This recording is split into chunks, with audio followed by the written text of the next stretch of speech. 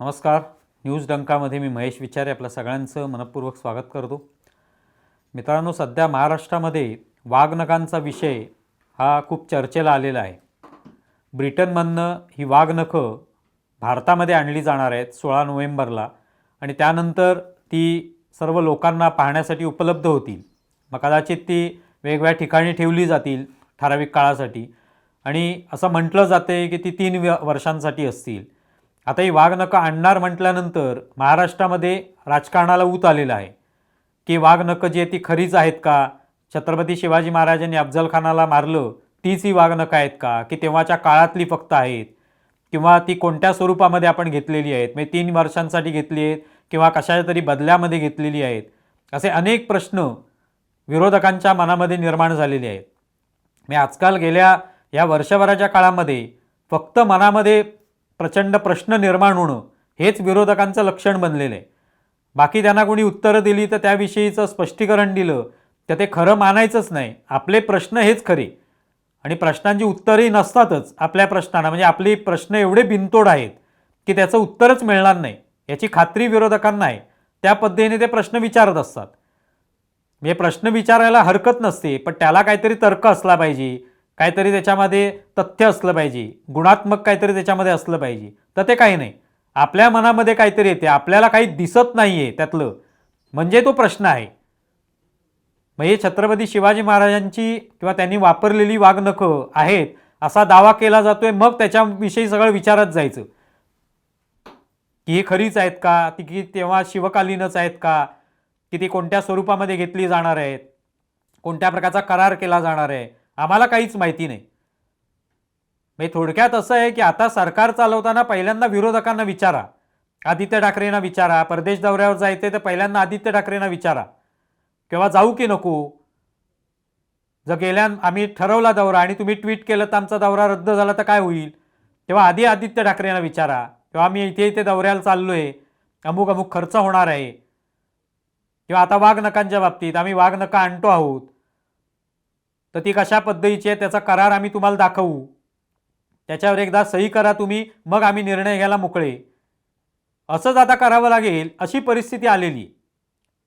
मी रोजच्या रोज कोणत्याही निर्णयावर काहीतरी पत्रकार परिषद घ्यायची, त्याच्यावर प्रश्न विचारायला सुरुवात करायची, त्या प्रश्नांमध्ये काय अर्थ आहे की नाही आहे ह्याचं काय भान नसतं. तसं आता हे वाघनखांच्या बाबतीत झालेलं आहे. मुळातच वाघनखं तिकडून घेऊन इथे आणली जाणार आहेत भारतामध्ये. सुधीर मुनगंटीवार त्यासाठी जाणार आहेत ब्रिटनला आणि ते घेऊन येणार आहेत.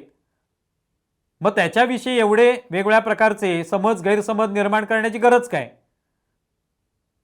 जर सध्या इतिहासामध्ये असा कोणताही पुरावा नसेल की वाघनखं ही जी शिवाजी महाराजांनी वापरली अफजल खानाला मारण्यासाठी ती वाघनखं अमुकच ही वाघनखं आहेत असा कोणाकडे पुरावा नसेल, कोणाकडे त्याचं कोणतेही ठाम असं काहीतरी त्याच्यामधलं एखादं डॉक्युमेंट नसेल, कागदपत्र नसतील, पण हे मात्र खरं आहे की वाघनखं ही छत्रपती शिवाजी महाराजांनी वापरली होती आणि तेव्हाच्या काळातली आहेत. याच्याविषयी आपण ऐकत आलेलो आहोत, याविषयी वर्षानुवर्ष त्याविषयीचं इतिहासामध्ये सांगितलं गेलेलं आहे. वाघनख हे हत्यार जे आहे ते तेव्हाच्या काळात बनलेलं आहे.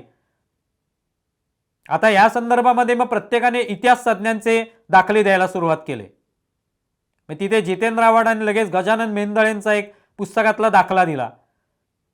मग त्याच्यामुळे ते म्हणतात की वाघनखांनी छत्रपती शिवाजी महाराजांनी अफजल खानाला मारलं असं कुठे दिसत नाहीये, स्पष्ट होत नाहीये, त्यांनी तलवारीने मारलं असावं. म्हणजे हा सुद्धा त्यांचा तर्क आहे.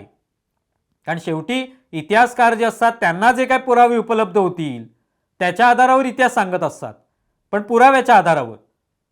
पुरावा नसेल तर ते सांगू शकत नाहीत. मग गजानन मेंदळेंकडे समजा पुरावा नसेल तर त्यांनी सांगितलं की असं मला तरी वाटत नाही की वाघनखांनी मारलेलं आहे, तलवारीने मारलं असावं. त्यांच्याकडे जे डॉक्युमेंट असतील किंवा जे काही पत्रव्यवहार असतील त्याच्यावरनं त्यांना वाटत असेल. अनेक ठिकाणी असा सुद्धा दावा केला तो की वाघनखांनी मारलेलं आहे. आता मुळातच ती वाघनखं इथे येत आहेत ही अभिमानाची गोष्ट आहे. जी इतकी वर्ष ब्रिटनमध्येच होती म्युझियममध्ये, ती इथे जर येत असतील तर एक प्रकारे आपली जनता, आपल्या इकडचे महाराष्ट्रातले लोक, सर्वसामान्य मराठी जन हे त्या वाघनखांशी जोडले जातील, त्या इतिहासाशी जोडले जातील. जो इतिहास ते वाचत आलेले आहेत, जे शिकत आलेले आहेत, अभ्यासामध्ये तोच इतिहास होता की वाघनखांच्या साहाय्याने शिवाजी महाराजांनी अफजल खानाचा कोथळा काढला. आता रोज उद्धव ठाकरे तर बोलत असतात भाषणामध्ये कोथळा काढू, हा तर उच्चार त्यांनी नेहमीच करत असतात ना. मग कोथळा काढू तर कशा साहाय्याने कोथळा काढू? वाघनखांच्या साहाय्याने. त्यातूनच हा वाक्प्रचार जो तो आलेला आहे. मग या वाघनखांवर शंका घेण्याचं कारण काय? लोक बघतील त्याला. काही लोक म्हणतील की हे शिवाजी महाराजांनीच वापरलेली वाघनख आहेत, काही जण म्हणतील शिवकालीन आहेत, पण वाघनख तर आहेत खरी. मग ती तरी बघा, त्यातून इतिहासाशी जोडण्याचा प्रयत्न करा, समाजाला त्याच्याशी जोडा.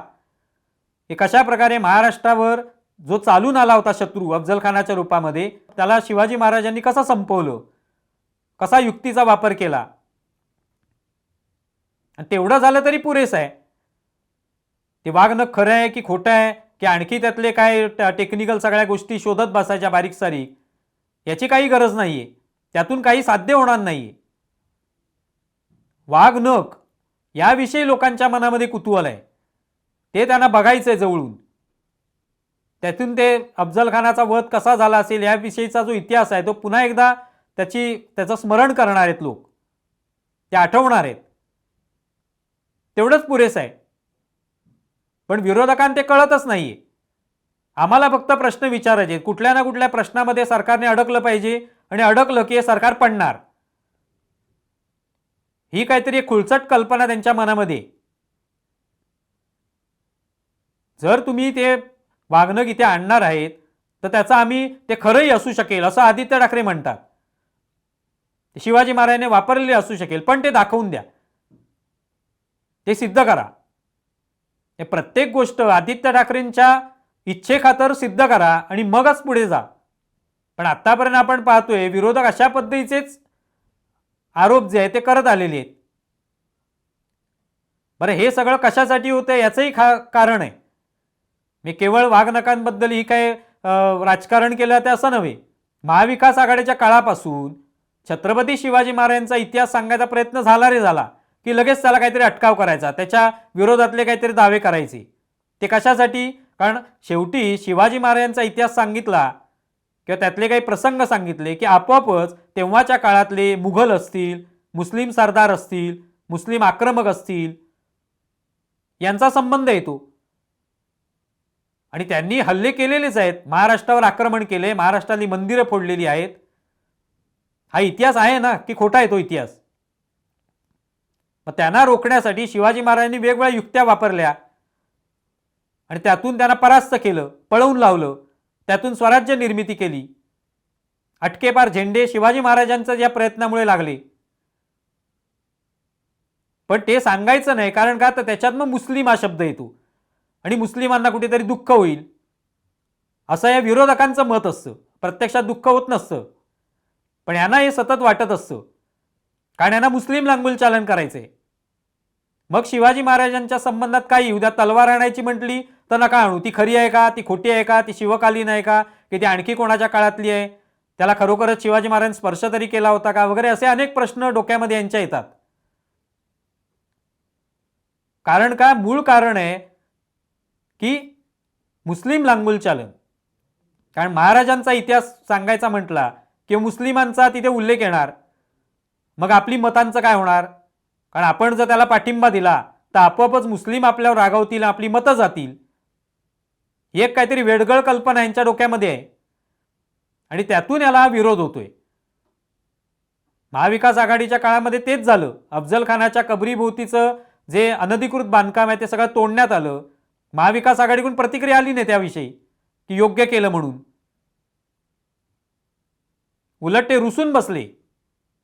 उद्धव ठाकरेंनी त्यावर प्रतिक्रियाही दिली नाही. कारण का? तर मुस्लिमांचं लांगुलचालन, मुस्लिम काय म्हणतील, मुस्लिम मतदार काय म्हणतील, ही भीती.